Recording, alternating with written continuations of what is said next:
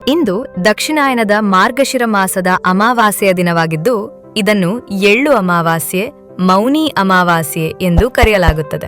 ವರ್ಷದ ಕೊನೆಯಲ್ಲಿ ಬರುವ ಈ ಅಮಾವಾಸ್ಯೆ ಇಂದು ಬೆಳಗ್ಗೆ 4 ಗಂಟೆಗೆ ಆರಂಭವಾಗಿ ನಾಳೆ ಬೆಳಗ್ಗೆ 6 ಗಂಟೆ 5 ನಿಮಿಷಕ್ಕೆ ಮುಕ್ತಾಯವಾಗುತ್ತದೆ. ಇಂದು ಕೇತು ಜಯಂತಿ ಇರುವುದರಿಂದ ಕಟಕ, ಸಿಂಹ, ಕನ್ಯಾ, ವೃಶ್ಚಿಕ ಮತ್ತು ಮಕರ ರಾಶಿಯವರಿಗೆ ಈ ಅಮಾವಾಸ್ಯೆ ಒಳಿತನ್ನುಂಟು ಮಾಡಲಿದೆ. ಇಂದು ನೀವು ಏನು ಮಾಡಬಹುದು, ಮಾಡಬಾರದು ಎನ್ನುವುದನ್ನು ನೋಡೋಣ ಬನ್ನಿ. ಈ ಅಮಾವಾಸ್ಯೆಯಂದು ಗಿಡ ಮರ ಸೇರಿದಂತೆ ಸಸ್ಯ ಸಂಕುಲಕ್ಕೆ ಹಾನಿ ಮಾಡಬೇಡಿ. ಅಂದರೆ ಮರ ಗಿಡಗಳನ್ನು ಕಡಿಯಬೇಡಿ. ಕಡಿದರೆ ಕನಿಷ್ಠ 1 ವರ್ಷದವರೆಗೆ ಕೇತುವಿನ ದೋಷ ನಿಮ್ಮನ್ನು ಬಾಧಿಸುತ್ತದೆ. ತಲೆಗುದಲು ಮತ್ತು ಉಗುರುಗಳನ್ನು ಕತ್ತರಿಸಬೇಡಿ, ಇದರಿಂದಲೂ ನಿಮಗೆ ದೋಷವುಂಟಾಗುತ್ತದೆ. ಕಬ್ಬಿಣದ ವಸ್ತುಗಳು, ಉಪ್ಪು ಹಾಗೂ ಎಣ್ಣೆಯಂತಹ ವಸ್ತುಗಳನ್ನು ಇಂದು ಖರೀದಿಸಬೇಡಿ.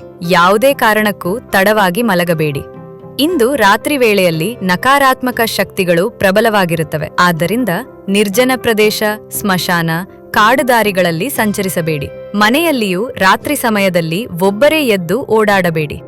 ಎಳ್ಳು ಅಮಾವಾಸ್ಯೆಯಲ್ಲಿ ಏನ್ ಮಾಡ್ಬೇಕು? ಎಳ್ಳು ಅಮಾವಾಸ್ಯೆಯಂದು ಲಕ್ಷ್ಮೀ ದೇವಿಯನ್ನು ಆರಾಧಿಸಿ. ಇದರಿಂದ ಬಡತನ ದೂರವಾಗಬಹುದು, ನಿಮ್ಮ ಆರೋಗ್ಯ ಸುಧಾರಿಸಬಹುದು, ಶನಿ ದೋಷ ಹಾಗೂ ಸಾಡೆ ಸಾತಿಯಿಂದಲೂ ಪಾರಾಗಬಹುದು ಎನ್ನಲಾಗ್ತದೆ. ಲಕ್ಷ್ಮೀ ದೇವಿಗೆ ಪೂಜೆಯ ಸಂದರ್ಭದಲ್ಲಿ ಎಳ್ಳನ್ನು ನೈವೇದ್ಯ ಮಾಡಿ, ಜೊತೆಗೆ ಫಲಪುಷ್ಪನ್ನು ಅರ್ಪಿಸಿ. ಇಂದು ನಾಯಿ ಹಾಗೂ ಕಾಗೆಗಳಿಗೆ ಆಹಾರ ನೀಡುವುದು ಶುಭ ಫಲ ತರುತ್ತದೆ.